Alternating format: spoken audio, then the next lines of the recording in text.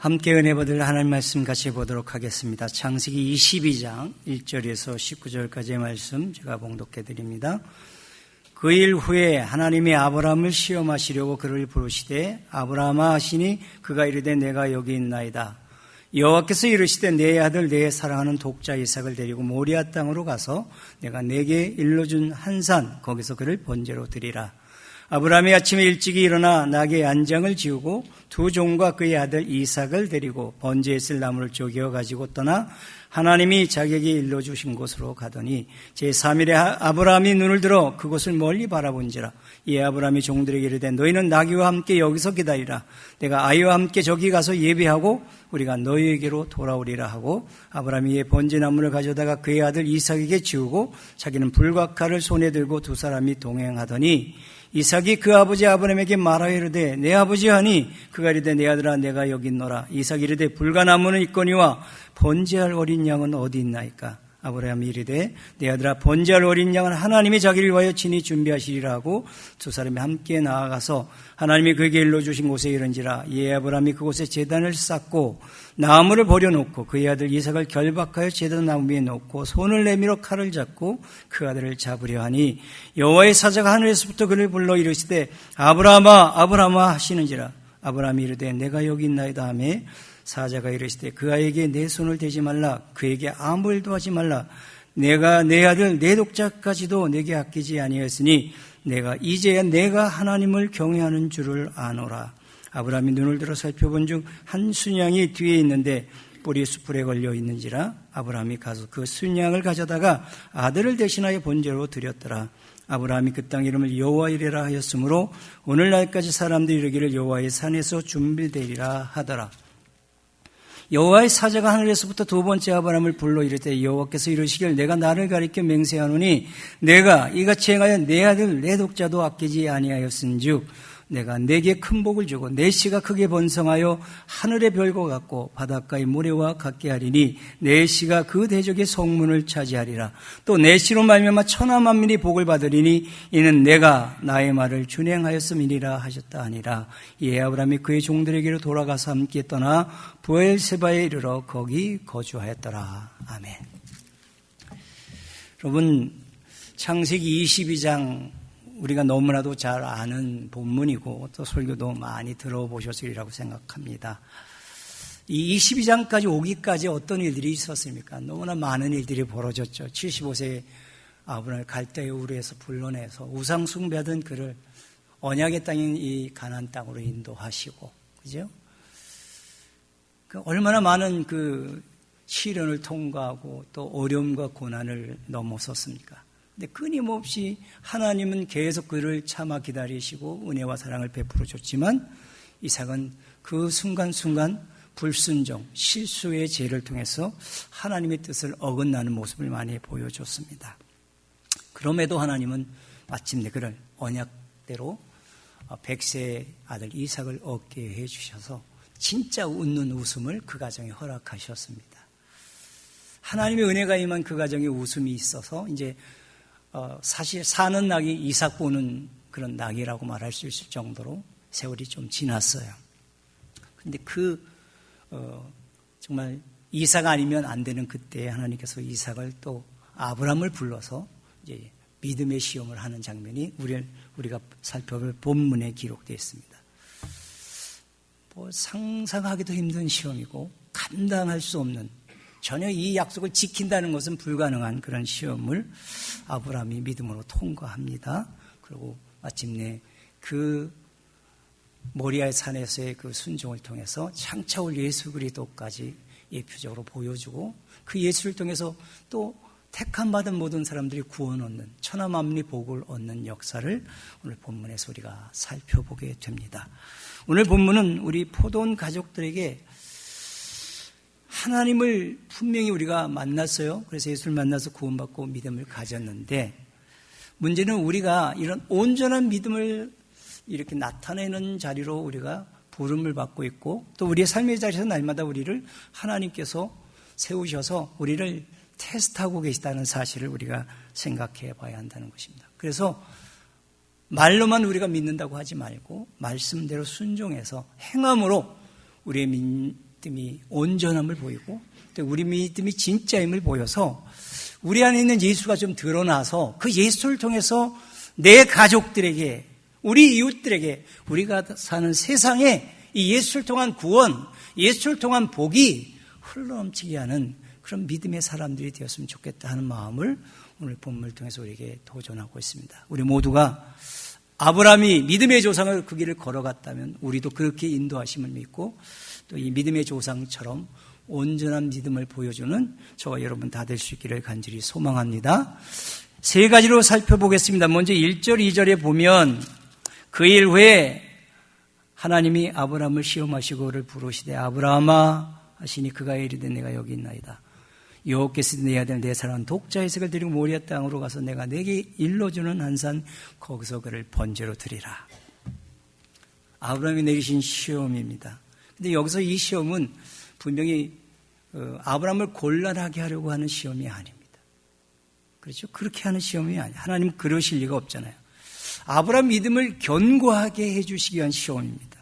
그런데 그 내용을 보면 아닌 것 같고 하나님이 곤란하게 하는 유혹, 시험은 하시지 않는 것이 분명하고 그래서 우리가 좀 약간 이 본문을 대할 때 약간 혼동스러움을 겪는 것이 마땅하다고 생각합니다. 근데 하나님은 아브라함뿐만 아니라 하나님의 백성들에게 그 믿음을 분명하고 확인하는 그런 테스트를 종종 하십니다. 이스라엘 백성들이 출애굽하여 광야를 지낼 때에도 만나와 메추라기를 주면서도 하나님은 매일같이 하나님 말씀에 순종하는지를 보셨습니다. 그래서 그것을 테스트하셨다. 말씀에 순종하는지를 믿음으로 그 말씀을 따르고 사는지를 하나님은 보신다는 것입니다. 그래서 우리가 행함으로 나타난 믿음을 가져야 하나님이 주시는 복을 경험할 수가 있습니다. 또한 이렇게 온전한 믿음이 되어야 마지막 날 예수님 앞에 우리가 모두가 서게 될 거거든요. 하나님 앞에 서게 될 때 칭찬과 존귀와 영광을 얻을 수 있다는 것입니다. 그러니까 믿음이 믿는다고 말하지만 분명치가 않아요. 삶 속에 이렇게 살다 보면 믿는 사람인지 안 믿는 사람인지 뭐 구별이 안 되는 그런 일들이 계속 반복되고 있다면 굉장히 좀 심각한 믿음이 굉장히 병들어 있는 상태라고 우리가 생각해 봐야 됩니다. 클리어해야 됩니다. 이 부분을 오늘 본문은 우리에게 가르쳐주고 있습니다. 베드로전서 1장 7절에 너희 믿음의 확실함은 불로 연단하여도 없어질 금보다 더 귀하여 예수 그리스도께서 나타나실 때 칭찬과 영광과 존귀를 얻게 할 것이니라. 믿음이 확실해야 돼요. 이것이 분명치 않으면 우리의 믿음은 아직도 이게 온전한 믿음으로 나타나고 있지 않다라고 생각해야 됩니다. 자, 온전한 믿음을 가진 이제 아브라함이 되도록 하나님께서 그를 시험하는데 100세 사랑하는 독자 이삭을 분명히 얻었는데 이제는 내 삶의 전부가 이삭이라고 말할 수밖에 없는 그런 삶인데 하나님은 그를 모리아 땅 한 산에 가서 번제로 드리라고 시험을 하십니다. 여러분, 이 시험 아브라함이 받아들일 수 있습니까? 없습니까? 남의 이야기라고 그렇게 쉽게 생각하지 마시고 여러분, 저는 이 본문을 너무나 많이 대했고 이번에도 또 읽고 또 읽어도 이 시험은 아브라함이 통과 못한다, 그렇게 해석해야 맞는 것 같아요. 동의하십니까? 전혀 남의 얘기처럼 듣고 계십니다. 지금 저희들 집에 지금 손자가 태어난 지 한 달이 이제 넘었습니다. 요즘 하루나게 한 부분이 누구로 채워질 것 같습니까? 그놈 때문에. 그놈이 웃으면 좋은 것도 말할 나위 없는데요. 인상 써도 그거 보고 자지러지는 거, 보라고 그러는데. 하품하면 왜 하품하는 거 보라고 그러고, 하나 행동마다 깜짝깜짝 놀라고 그냥 못 살 것처럼 그런단 말이에요. 제가 이 말을 했으니 또 한턱을 내야 될 것 같은데요. 그래서 몸을 조금 비틀었어요. 그러니까 딱 보고는 집사람이 딱 하는, 얘 공차려고 그런대요. 참, 부모들의 모습. 아니, 아무리 봐도 제가 볼 때는 공차는 모습이 아니거든요. 근데 그 공차려고, 슛돌이처럼 공차려고 한다고. 자, 우리가 손주 하나 그 모습만 보고도 매일 그 사진 보고 이렇게 하는데 100세에 얻은 아들입니다, 여러분. 그 아들이 어떻게 하나님 본체로 그냥 하나님 종 만들려고 그래도 우리는 다른 아들 이렇게 할 거예요. 근데 이거는 번제로 불태워서 제물로 바치라는 시험을 내렸단 말입니다. 그래서는 이거는 진짜 하나님이 하실 수 없는 시험이고 아브라함이 이 시험은 결코 받아들일 수 없는 시험이라고 저는 생각할 수밖에 없습니다. 근데 여러분들도 그렇게 생각한다면 그러면 왜 하나님이 이 시험을 하실까요? 이것을 우리가 고민해 봐야 되지 않습니까? 왜 하나님은 이 감당할 수 없는 시험을 지금 아브라함에게 하고 있는 것일까? 그래서 아브라함이 지금 살고 있는 지역이 가나안 지역입니다. 그때 당시에도 이 이방 종교에서는 사람을 불태워 제물로 드리는 그런 제사가 성행하고 있었다고 합니다.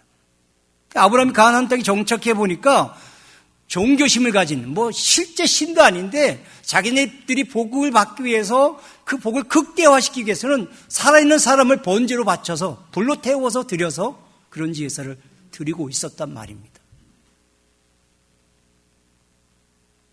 근데 아브라함이 가만히 자기 믿음 보니까 자기는 하나님의 그런 은혜와 사랑을 받았고 그 약속을 가지고 왔는데 자기는 맨날 불순종하고 맨날 실수하고 근데 하나님은 늘 자비롭게 사랑으로 자기를 받아주시고 용납하시고 100세의 아들까지도 불가능했던 아들까지도 주셨어요. 이게 매치가 안 돼. 아니 나 같은 믿음 가지고 이런 복을 누릴 수가 있는가 그런 생각을 가지고 있는 아브라함에게 하나님 지금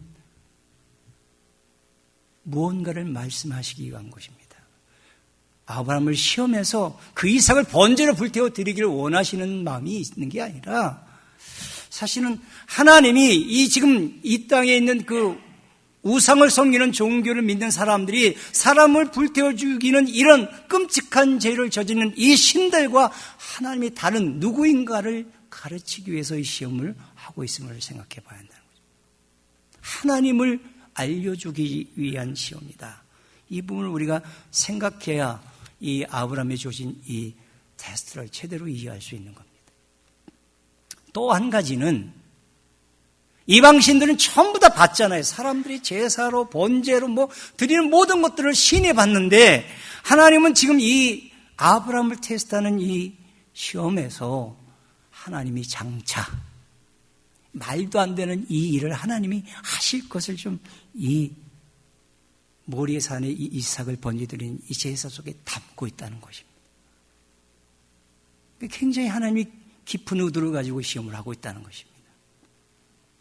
하나님이 자기를 이 이방신들과 다른 하나님이심을 보여주기 위해서 또한 말도 안 되는 일을 하나님은 하시겠다는 거예요. 장차 독생자 예수를 십자가에 못 박아 죽이는 그 일을 통해서 택함 받은 자들 구원하겠다는 이 역설적인 이 진리를 지금 예표적으로 가르치기 위해서 지금 이 시험을 아브라함에게 하고 계시다는 것입니다. 그러므로 우리는 하나님은 분명히 자비로우신 하나님, 사랑이 많으신 하나님, 인격적인 하나님이십니다. 또한 하나님은 이성과 상식을 통해서 일하시는 하나님입니다. 그래서 믿음이 좋지 않으면 이성과 상식을 따라 사는 게 맞아요. 믿음을 얘기하면서 이성과 상식을 자꾸 어기고 뛰어넘는 사람들이 많아요. 근데 그거는 옳지 않습니다. 근데 때로는 하나님이 우리에게 이성과 상식을 뛰어넘는 요구를 하신다는 것입니다. 예를 들면 부자 청년이 예수께 나와서 영생을 얻기 위해서 나왔습니다. 너 계명 다 지켰냐? 예, 다 지켰습니다. 그럼 내가 가진 물질 다 팔고 나를 따르라. 팔아서 가난한 자들에게 나눠주고 나를 따르라. 이성과 상식을 뛰어넘는 요구를 하셨죠. 그 청년에게는 그 물질로 얻을 수 없는 영생을 주신 하나님을 가르쳐 주기 위해서 그렇게 하셨던 것입니다. 영생을 주신 하나님이라면 물질 필요하면 왜 안 주시겠어요? 그렇잖아요. 그 하나님을 이 청년에게 보여주시기 위해서 그렇게 요구했던 거예요. 베드로에게는 어땠어요? 바람이 불고 풍랑이 일어서 예수님 나타나니까 유령이 가니까 예수님이에요. 그러니까 만약 주시어거든 나를 이 물 위를 걷게 하소서. 예수님이 오라고 그랬어요. 왜 그런 요구를 하실까요? 파도도 잠잠케 하는 자연을 다스리는 하나님이심을 보여주시기 위해서 무리를 걸어오라고 그렇게 요구하셨던 것입니다. 여러분, 오늘 우리가 사는 세상 속에서 이성과 상식을 따라 살아가지만 하나님이 우리에게만 아브라함과 같은 요구 안 하실 겁니다. 왜냐하면 거기 우리가 믿는 세상에서 누가 사람을 번제로 제사하는 일들이 있습니까? 그런 일이 없어요. 그리고 이 부활의 주님을 알려주기 위해서 특별히 그런 시험을 하실 이유가 없기 때문에 오늘 이런 시험은 하지 않지만 오늘 우리들에게 하나님 때로는 이성과 상식을 뛰어넘는 요구를 하실 때 우리는 하나님의 어떨 때는 하나님 이거 어떻게 해요? 아니 지금 이 상황에서 어떻게 믿음으로 더 헌신해, 더 기도해요? 어떻게 하나님을 더 열심히 섬길 수 있어요? 그렇게 우리가 하나님 앞에 볼멘 소리를 한다 할지라도 때로는 뛰어넘어 보시기 바랍니다. 40일 미디어 금식 하기 힘들어요. 근데 한번 해보시란 말입니다. 하나님이 그 뛰어넘는 그 일을 통해서 하나님은 우리에게 하나님 자신을 계시하여 주신다는 것입니다. 그러므로 오늘 저는 먼저 이 말도 안 되는 감당할 수 없는 시험을 요구하시는 하나님이 하나님을 알려주시기 위한 그 하나님의 마음, 그 마음을 이해하고 우리도 때로는 상식을 따라서만 아니라 또 우리의 이성과 생각을 따라서만 때로는 뛰어넘는 헌신과 열심으로 하나님을 섬겨서 아브라함처럼 좀 믿음으로 이 시험을 통과하는 그런 하나님의 백성들이 다 되시기를 간절히 소망합니다. 두 번째로 3절부터 14절까지의 내용에 보면 아브라함과 이삭의 순종이라는 주제로 이 본문을 살펴볼 수 있다고 봅니다. 하나님이 백세 얻은 아들 이삭을 번제로 바치라는 시험지를 받아들었어요. 아브라함이 밤새 잠을 잤을까요? 못 잤을까요? 자면 그거 아니죠. 밤새 뒤척이고 밤새 그냥 뒤척이면서 온갖 고민들 다 했을 거라고 생각이 돼요. 못 잤죠. 한숨도 못 잤을 거예요. 그래도 결론이 났을까요? 아마 결론이 안 났을 것 같아요. 그냥 하나님의 말씀에 따르는 거에는 뭐 생각하고 고민하고 염려해서 될 일이 하나도 없잖아요. 그러니까 그냥 오랫동안 끌지 않았어요. 바로 실행하기로 결정을 합니다. 그죠? 아침 일찍이, 그 다음날 일찍이 일어나서 그냥 실행하는 거예요.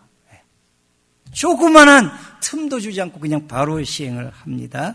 그래서 사라와 상의조차 하지 않습니다. 여러분, 강 큰 남자가 여기 또 있습니다. 그죠? 나이가 이렇게 들어서 이렇게 아내와 상의하지 않고 이건 끝장나는 인생 아닙니까? 근데 사라와 상의조차 안 합니다. 왜 상의조차 안 했을까요? 아마 이 얘기 꺼냈으면 아마 여행 못 떠났습니다. 아브라함도 그러면 흔들려서 마음 먹고 하나님 뜻이니까 뭐 해야지 하다가 아마 사라의 반대에 붙잡혀서 아마 그 여행을 떠나지 못했으리라고 생각이 됩니다. 그래서 사라와 의논도 하지 않고 두 종, 그 다음에 제사 준비 다 가지고 아들 데리고 떠납니다. 며칠 길을 갔어요? 사흘 동안 딱 가서 그 하나님이 지정하신 곳에 도달했어요. 사흘 동안요, 어떤 생각을 하고 그 여행을 했을까요? 아브라함의 머릿속과 마음은 어땠고 이삭은 이삭대로 어떤 생각들을 하고 있었을까요? 아마 정말 그 마음이 천국은 아니었을 거예요. 온갖 그냥 번민, 염려, 걱정, 두려움으로 가득 찬 여정이었을 거라고 생각이 돼요. 근데 사흘을 참고 하나님 약속하신 곳에 도달했다는 것입니다. 얼마든지 마음 바꾸려면 바꿀 수 있었잖아요. 그죠? 사흘이면 다 바꿔버리잖아요, 우리가. 금식도요, 사흘, 3일만 넘어가면 일주일 그냥 합니다. 이 사흘을 못 넘깁니다. 우리 나쁜 습관이요, 그죠? 사흘을 못 넘긴다, 사흘. 미디어 금식, 사흘 넘기신 분. 한 분도 또 안 하시는 거 아니에요? 사흘을 못 넘기고, 이거 힘들어. 그러고 그만두신 분들, 사흘은 제가 봐준다고 그랬어요, 강국 때. 그러니까, 남은 기간 동안 해내실 수 있기를 바랍니다. 예, 사흘을 넘어가면 할 수 있는데 이 사흘 동안 아브라함 마음이 바뀌지 않았어요. 그래서 목적하신 곳에 돌아서서 하나님이 약속하신 곳을 바라보고 종들에게 아브라함이 얘기합니다. 너희들은 여기서 기다려 나와 함께. 내가 내 아이, 내 아들과 함께 저기 가서 예배하고 우리가 다시 돌아오겠다. 그렇게 말합니다.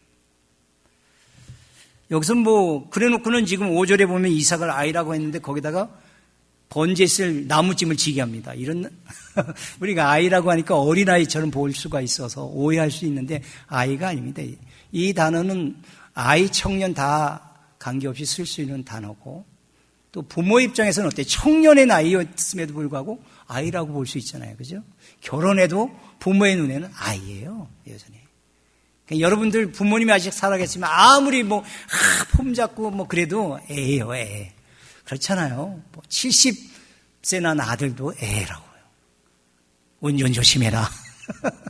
길 조심해라 이런 얘기 한다니까요. 그러니까 아이로 보고 우리가 오해해서는 안 되고. 그래서 나무짐을 지고 아브라함은 불과 칼을 들고 갑니다. 근데 가면서 우리가 다시 이곳으로 이삭과 함께 우리가 온다고 말했단 말이에요.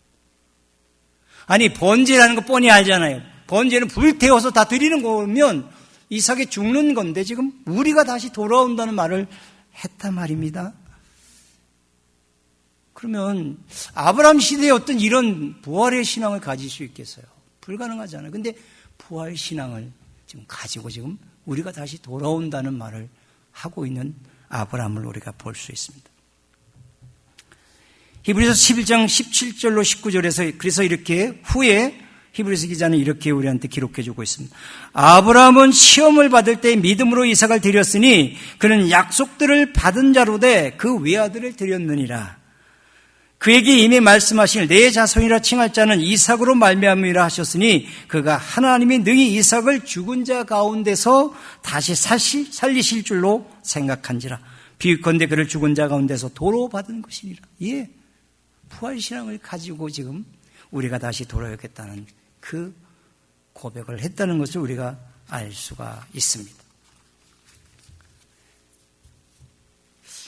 그래서 부활신앙을 가지고 하나님이 죽어도 다시 살려줄 거야 하고 가는데 가면서 또 이삭이 뭐라고 아버지에게 얘기하죠?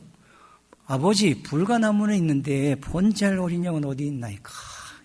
그냥 말하지 않고 갔으면 좋겠어. 그냥 그죠? 그냥 묵묵히 역까지 따라왔으면 그냥 갔으면 좋겠는데 왜 이 말을 하는지 그 말이 얼마나 이 아버지 마음을 후벼 팠을까요? 숨이 탁 막혔을 것 같아요. 그죠? 안 그랬을 것 같아요? 우리도 그랬을 거예요. 우리한테 이런 일이 안 일어나는 게 감사하죠. 숨이 탁 막혀 그냥 마음이 막 정말 후벼 파는 아픔을 경험했을 것으로 봅니다. 그런데 아브라함은 겉으로는 담담하게 말한 것. 내 아들아, 번제할 어린 양은 하나님이 자기를 위하여 친히 준비하시리라. 그냥 겉에 하는 얘기 속은 막 부들부들 떨고 그랬을 것 같아. 저는 이런 대화 속에서 이제 도착했어요. 그 다음에 이제 어떤 일들을 하죠? 이제 제단을 쌓죠. 그렇죠? 그 다음에 이삭을 결박하죠. 거기다 놓여놓는 장면 한번 생각해 보세요. 이 맨정신으로 이거 할 수 있었을까요? 어떤 마음이었을까를 한번 여러분 생각하면서 한번 읽어보세요. 하나님 정말 이 기회는 없는 것입니까? 정말 이렇게 해야만 내 믿음이 온전해지는 겁니까? 이런 생각 안 가졌을까요? 여러분과 저도 그러잖아요. 하나님 좀 나에게 물질 잘 많이 주고 하면 나 잘 믿을 것 같은데, 그죠? 우리가 원하는 거 이런 거니까 해줘도 내 믿음 변치 않을 것 같은데 꼭 이렇게 그 좁은 길로 힘들고 어려운 길로 걸어가게 하셔야만 됩니까? 라고 우리도 가끔 생각하잖아요. 아브라함은 이건 지금 그걸 뛰어넘는 거기 때문에 엄청나게 이 속이 하나님을 정말 이 마음, 온 마음을 다해서 하나님 앞에 자기의 속을 털어놓고 이 제단을 준비하는 아브라함의 모습을 우리가 생각해 보게 됩니다. 거기에다가 아브라함도 좀 미쳤지만 이삭은 어떻습니까? 여러분 지금 청년이고 아브라함이 이제 나이 늙은 할아버지인데 무슨 힘이 있겠어요? 그러니까 결박하면 탁 하고 아버지 미쳤어요? 이거 한번 되돌려고 하면 뭐 아브라함이 꼼짝 못하지 않겠습니까? 그런데 너무 놀라서 그랬는지, 그렇죠? 근데 하나님의 은혜가 임해서 정말 꼼짝없이 다 결박당하고, 그 제단 위에 아마 스스로 눕지 않으면 아브라함이 들어서 누웠겠어요? 철저하게 이삭이 아브라함 아버지의 요구에 순종하는 모습.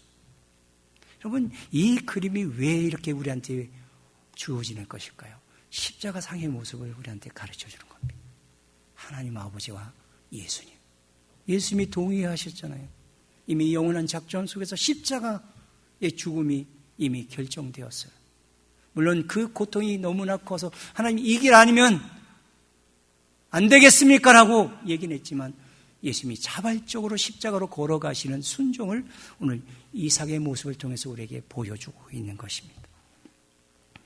여러분, 오늘 하나님은 이 아브라함의 모습, 이삭의 모습을 통해서 하나님은 하나님의 그 거룩하신 뜻을 우리에게 보여주고 있습니다. 그래서 마침내 이제 칼을 빼들었어요. 그때 놀란 건 누가 더 놀랐어요? 아브라함은 이미 칼을 빼다 쓴 건 뭐예요? 죽였다는 거예요. 이미 마음으로 이미 죽였어요. 예. 아브라함은 죽은 거예요. 아니, 이삭은 죽은 거예요. 칼을 드는 순간 이미 죽었어요. 하나님께서 아브라함아, 아브라함아. 여기서는 여호와의 사자로 나왔지만 아마 제2의 하나님, 독생자 예수님께서 말리셨어요.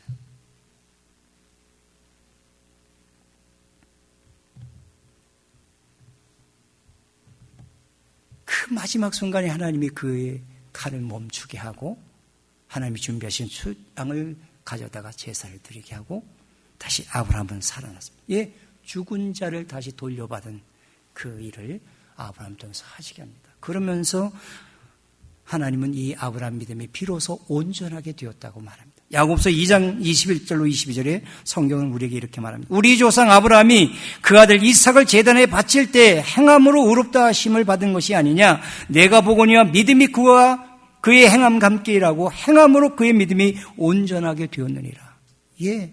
그리고 26절에 가서는 행함이 없는 믿음은 죽은 믿음이다. 가짜 믿음이다. 이렇게 야고보서에는 우리에게 가르쳐주고 있습니다.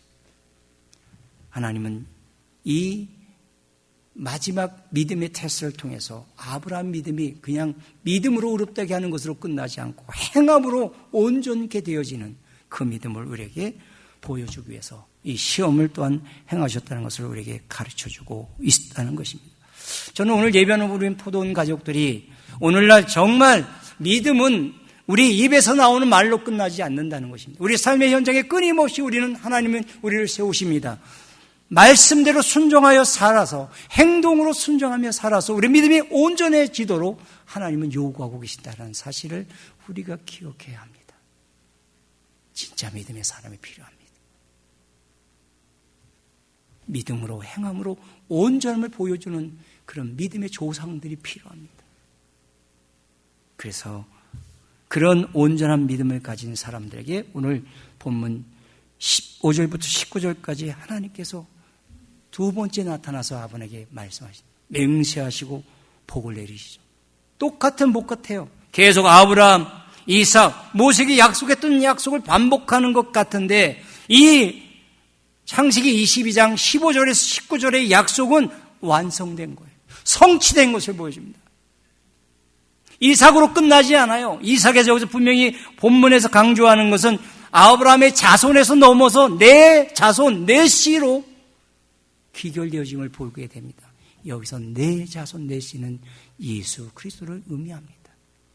결국 지금 아브라함의 이 시험, 모리아산의 이 제사는 십자가상의 구속의 사건을 예표로 해주고 주님의 구속을 통해서 이 땅의 수많은 백성들, 하나님이 선택한 백성들을 불러 모으는 구원의 놀라운 은총과 그들에게 하늘의 복을 주시기 위한 하나님의 뜻이 여기서 선포되고 있는 것을 우리에게 가르쳐주고 있습니다.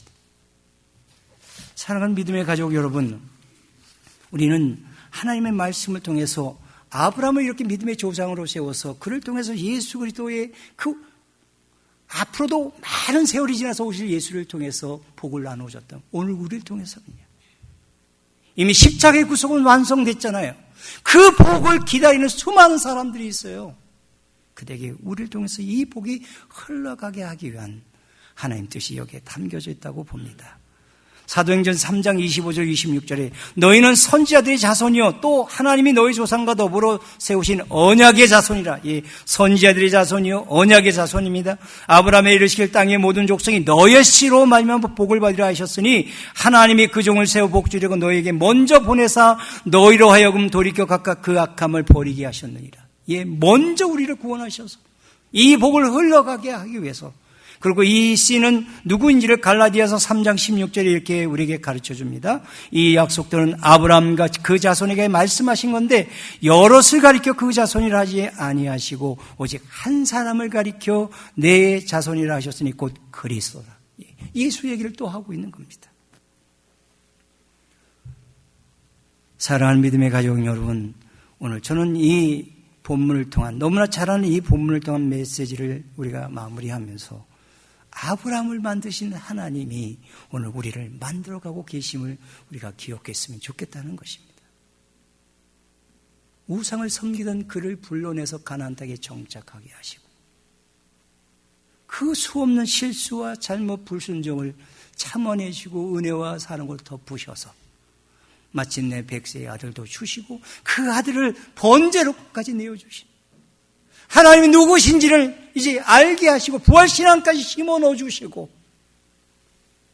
풀고 가난한 그 일을 가능하게 하심으로 하나님을 제대로 알고 행함으로 그 믿음을 보이신 이 아브라함을 통해서 장차 오실 예수를 바라보게 하셨다면, 장차 태어날 교회를 우리에게 설명하고 있다면 오늘 여러분과 저를 위해서 하나님 오늘 우리가 이 아브라함처럼 믿음의 조상의 자리에 서기를 원하시는 줄 믿습니다. 그러므로 하나님이 우리를 보내신 삶의 자리에서 믿음으로 분명하게 확실하게 하십시다. 삶이 우리를 믿음으로 살려고 하는 우리를 가로막을 때가 많잖아요. 예. 그때 하나님의 말씀에 비추어서 아니면 아니라고 하십시다. 하나님에 비추어서 옳다고 그러면 아무리 이성과 환경과 그 모든 것이 그럴 때도 하나님 말씀대로 우리가 그렇다라고 말할 수 있어서 하나님 말씀에 따라 순종하고 하나님 말씀 따라 믿고 행함으로 우리 믿음이 온전해지는 거룩과 복된 성도들이 되기를 간절히 소망합니다. 세상을 보십시오. 종말이 때입니다. 여러분 코로나 바이러스 하나 가지고도 전세가 이렇게 됩니다. 여러분 겨우 바이러스 하나 때문에 하나님이 손 한 번 들면 한순간에 끝입니다. 여러분 하나님은 무엇을 말씀하고 계시는 걸까요? 예수 없이는 안 된다는 겁니다. 오늘 저와 우리 모든 성도의 마음속에 주어진 예수 그리스도, 그분을 믿고 그분이 우리의 믿음으로 온전해지셔서 이 세상 모든 사람들이 만나고 싶어하는 분이 예수입니다. 그 예수를 전해서 우리 자녀도 살려내고 우리 이웃도 살려내고 우리가 사는 이 세상도 예수로 살려내는 그런 진정한 믿음의 사람들, 또 온전한 믿음을 가지고 복을 나눠주는 그 자리에 우리 모두가 설 수 있기를 주님의 이름으로 축원합니다. 기도하겠습니다.